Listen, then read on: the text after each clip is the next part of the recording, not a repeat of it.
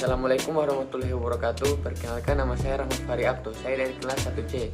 Saya akan menjelaskan materi asas dan falsafah penjas, yaitu perbedaan games, permainan, dan fair play. Ketiga kata tersebut memiliki makna yang berbeda. Berikut adalah penjelasan singkat mengenai ketiga kata tersebut. Games adalah kata bahasa Inggris yang merujuk pada permainan atau olahraga yang dilakukan dengan tujuan hiburan atau kompetisi. Contoh games yang populer di Indonesia adalah Mobile Legends, PUBG, dan Free Fire. Permainan adalah kata dalam bahasa Indonesia yang merujuk pada aktivitas yang dilakukan dengan tujuan hiburan atau belajar. Contohnya, permainan yang populer di Indonesia adalah congklak, petak umpet, dan lompat tali. Sedangkan fair play atau sportivitas adalah istilah dalam bahasa Inggris yang merujuk pada sikap sportif dan jujur dalam bermain. Fair play sangat penting dalam olahraga karena dapat membangun karakter dan kepribadian yang baik. Contoh fair play dalam olahraga adalah mengenai kekalahan, menghormati lawan, dan mengikuti aturan permainan. Saya juga akan sedikit menjelaskan apa itu pendidikan olahraga dan pendidikan jasmani. Pendidikan olahraga adalah sebagai model kurikulum dan instruksi yang dirancang untuk menyampaikan program pendidikan jasmani di tingkat sekolah dasar dan menengah. Pendidikan olahraga dapat membuat kita senang untuk melakukan olahraga baik di dalam ruangan maupun di luar ruangan.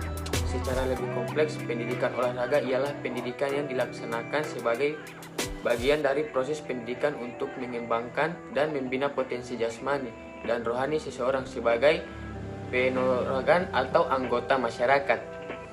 Oleh sebab itu, pendidikan olahraga sangat penting untuk semua jenjang pendidikan. Aktivitas fisik tentu saja sangat penting bagi perkembangan holistik seorang anak yang mampu kesehatan fisik, sosial, dan emosional mereka. Manfaat olahraga melampaui dampak pada kesejahteraan fisik. Nilai manfaat pendidikan olahraga tidak boleh dibawa perkiraan. Di sekolah siswa dapat materi pembelajaran yang berkaitan dengan pendidikan jasmani. Contoh materi pendidikan olahraga yang diajarkan di sekolah, misalnya atletik, permainan bola besar, permainan bola kecil, dan lain-lain. Pendidikan penjas adalah singkatan dari pendidikan jasmani, olahraga, dan kesehatan. Pendidikan penjas adalah bagian dari kurikulum pendidikan di Indonesia yang bertujuan untuk mengembangkan keterampilan motorik, kemampuan fisik, pengetahuan, sikap sportivitas, pembiasaan pola hidup sehat, dan pembentukan karakter mental, emosional, spiritual, dan sosial dalam rangka mencapai tujuan sistem pendidikan nasional. Pendidikan penjas meliputi berbagai kegiatan jasmani seperti atletik, permainan bola besar, permainan bola kecil, dan lain-lain. Landasan ilmiah pendidikan jasmani adalah dasar-dasar teori yang digunakan untuk mengembangkan kurikulum pendidikan jasmani. Landasan ilmiah ini meliputi aspek, yaitu aspek biologis, aspek psikologis, dan aspek sosial. Aspek biologis mencangkup pengetahuan tentang anatomi dan fisiologi tubuh manusia, serta bagaimana tubuh beradaptasi terhadap latihan fisik.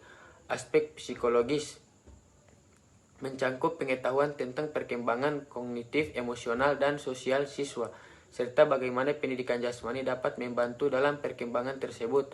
Aspek sosial mencangkup pengetahuan tentang bagaimana pendidikan jasmani dapat mempromosikan kerjasama, toleransi, dan penghargaan terhadap perbedaan.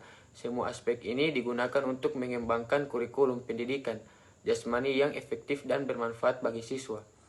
Konsep gerak dalam penjas adalah pemahaman tentang bagaimana tubuh bergerak dan belajar gerak dalam berbagai aktivitas fisik, seperti olahraga, senam, tari, dan lain-lain. Konsep gerak meliputi 4 aspek, yaitu konsep tubuh, yaitu bagian tubuh dan aksi tubuh yang digunakan untuk bergerak. Konsep ruang, yaitu tempat atau arah di mana tubuh bergerak. Konsep usaha, yaitu kualitas gerak yang dilakukan seperti kecepatan, kekuatan, ketepatan, dan ritme-ritme. Konsep hubungan, yaitu konsep atau interaksi tubuh dengan benda, orang, atau lingkungan saat bergerak. Konsep gerak ini sangat penting diketahui oleh peserta didik SD agar mereka dapat mengembangkan keterampilan gerak dasar yang meliputi keterampilan lomotor, yaitu keterampilan berpindah tempat seperti berjalan, berlari, melompat, dan memanjat. Keterampilan non-lokomotor, yaitu keterampilan stabil tanpa berpindah tempat seperti menemukan, menekuk, mengayun, bergoyang, dan berputar. Keterampilan manipulatif, yaitu keterampilan mengendalikan atau mengontrol benda dengan menggunakan tangan, kaki seperti melempar, menangkap, memukul, dan menendang. Dengan mempelajari konsep gerak ini, peserta didik SD meningkatkan hasil belajar keterampilan gerak. Mereka juga mengembangkan aspek kognitif, efektif, dan psikomotor mereka. Sekian dari saya. Wabillahi taufiq walhidayah. Wassalamualaikum warahmatullahi wabarakatuh.